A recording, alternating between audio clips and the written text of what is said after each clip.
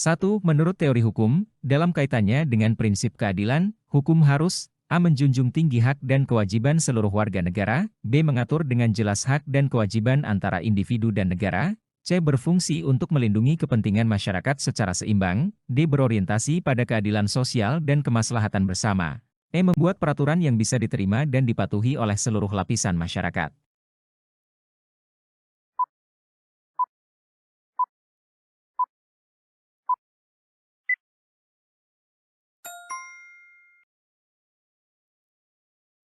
Prinsip keadilan sosial dalam teori hukum mengarah pada upaya hukum untuk menciptakan keadilan yang merata bagi seluruh lapisan masyarakat, dengan mempertimbangkan kebutuhan dan hak-hak dasar setiap individu. Oleh karena itu, hukum harus berorientasi pada keadilan sosial dan kemaslahatan bersama, yaitu menciptakan kondisi yang adil bagi semua pihak, baik dalam konteks distribusi sumber daya, perlindungan hak-hak individu, maupun pembentukan struktur sosial yang harmonis dan sejahtera. 2. Dalam konteks konsensus kebangsaan, yang menjadi landasan moral dan ideologi bagi bangsa Indonesia adalah A. Keadilan sosial bagi seluruh rakyat Indonesia, B. Pancasila sebagai dasar negara, C. UUD NRI tahun 1945 sebagai sumber hukum tertinggi, D. Kebinekaan sebagai penguat persatuan bangsa, E. Semangat gotong royong dan kebersamaan antar warga.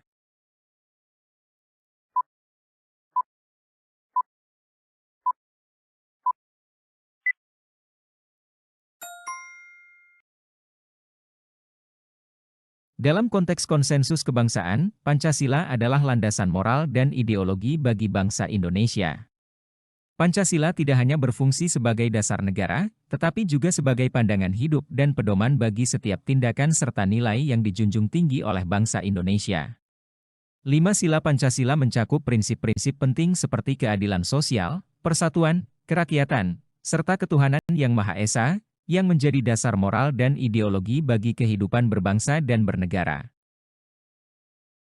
3. Dari perspektif filsafat hukum, hukum yang baik adalah hukum yang A. Dibuat berdasarkan kesepakatan seluruh elemen masyarakat, B. Mengatur kepentingan publik secara proporsional, C. Berasal dari kehendak yang rasional dan logis, D. Mengakomodasi keadilan secara menyeluruh, E. Mampu menjaga tatanan sosial dan mengayomi hak asasi.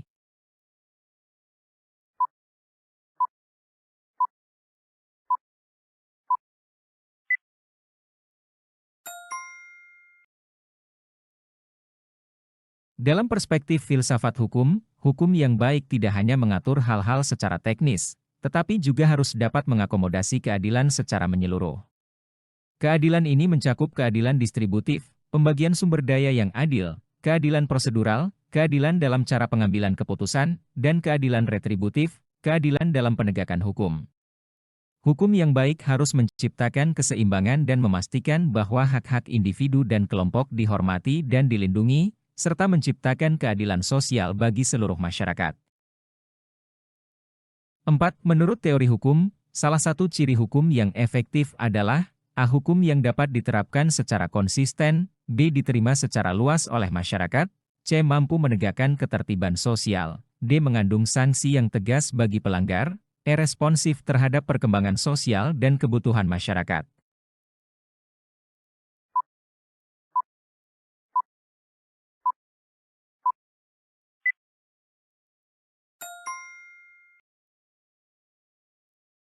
Menurut teori hukum, salah satu ciri hukum yang efektif adalah kemampuannya untuk responsif terhadap perkembangan sosial dan kebutuhan masyarakat.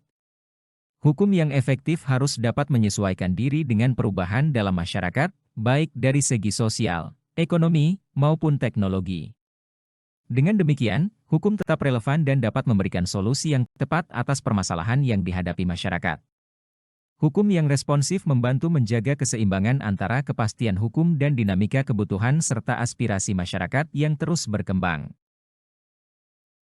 5. Dalam konteks pembentukan peraturan perundang-undangan, asas lex superior derogat legi inferiori mengandung makna bahwa A. Peraturan yang lebih tinggi mengesampingkan peraturan yang lebih rendah, B. Peraturan yang lebih rendah tidak boleh bertentangan dengan peraturan yang lebih tinggi, C. Peraturan perundang-undangan harus mengikuti tata urutan yang jelas, D. Penyusunan peraturan harus memperhatikan hierarki hukum yang ada, E. Peraturan harus didasarkan pada prinsip supremasi hukum yang ada.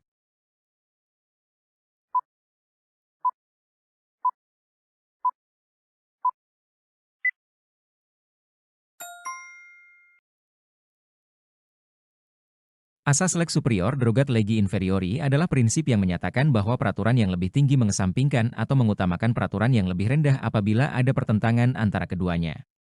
Dengan kata lain, suatu peraturan yang memiliki kedudukan lebih tinggi dalam hierarki hukum, seperti undang-undang atau konstitusi, harus diikuti dan tidak boleh bertentangan dengan peraturan yang lebih rendah, seperti peraturan pemerintah atau peraturan daerah. Jika terdapat konflik antara peraturan yang lebih tinggi dan yang lebih rendah, maka peraturan yang lebih tinggi yang akan berlaku. 6. Pada tahap pembahasan peraturan perundang-undangan, pentingnya uji publik adalah untuk A. Menghimpun masukan yang berasal dari masyarakat umum, B. Menjamin bahwa peraturan yang dibuat dapat diterima oleh publik, C. Melakukan evaluasi kelayakan penerapan dari aspek publik, D. Memberikan kesempatan bagi masyarakat untuk menyampaikan pendapat, E. Mencegah adanya kebijakan yang tidak relevan dengan kondisi masyarakat.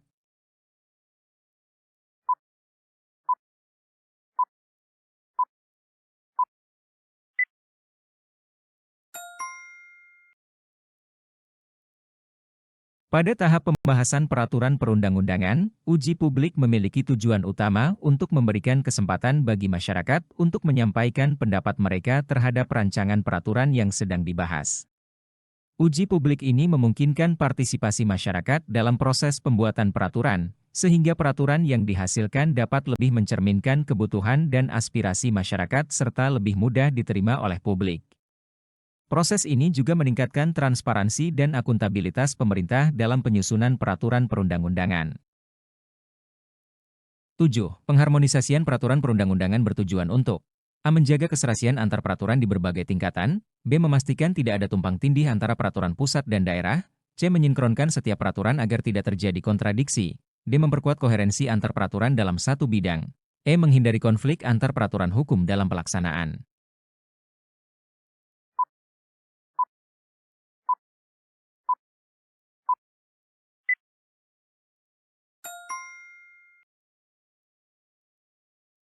Tujuan pengharmonisasian peraturan perundang-undangan adalah untuk menyinkronkan dan menjaga keserasian antara peraturan yang ada, agar tidak terjadi kontradiksi atau tumpang tindih antara satu dengan yang lainnya. 8. Prinsip supremasi hukum dalam suatu negara menekankan bahwa A. Semua tindakan negara harus sesuai dengan hukum yang berlaku, B. Hukum harus dipatuhi oleh semua lapisan masyarakat tanpa kecuali, C. Tidak ada satupun yang dapat berada di atas hukum, D. Hukum merupakan pedoman utama dalam pengambilan keputusan negara, E. Seluruh kebijakan publik harus didasarkan pada prinsip keadilan.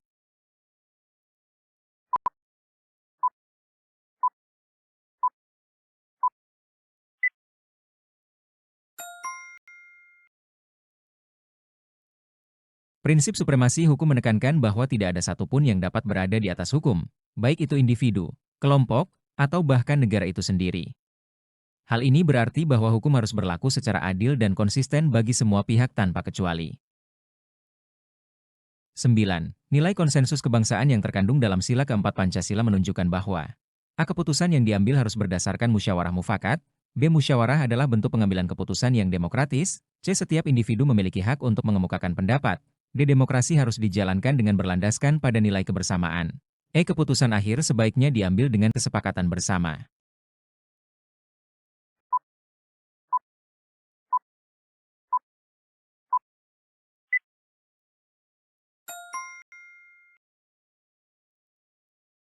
Sila keempat Pancasila, kerakyatan yang dipimpin oleh hikmat kebijaksanaan dalam permusyawaratan perwakilan, menekankan pentingnya musyawarah mufakat sebagai dasar dalam pengambilan keputusan.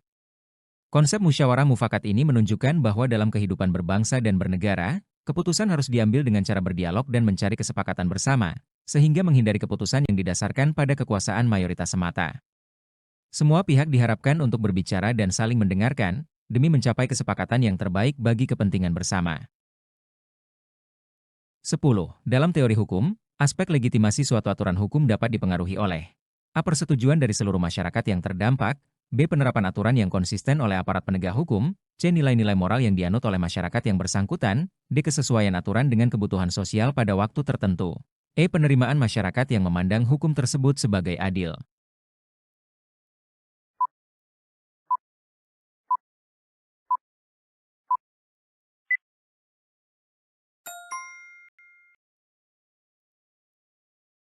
Aspek legitimasi suatu aturan hukum sangat bergantung pada sejauh mana aturan tersebut diterima oleh masyarakat dan dipandang sebagai sesuatu yang adil.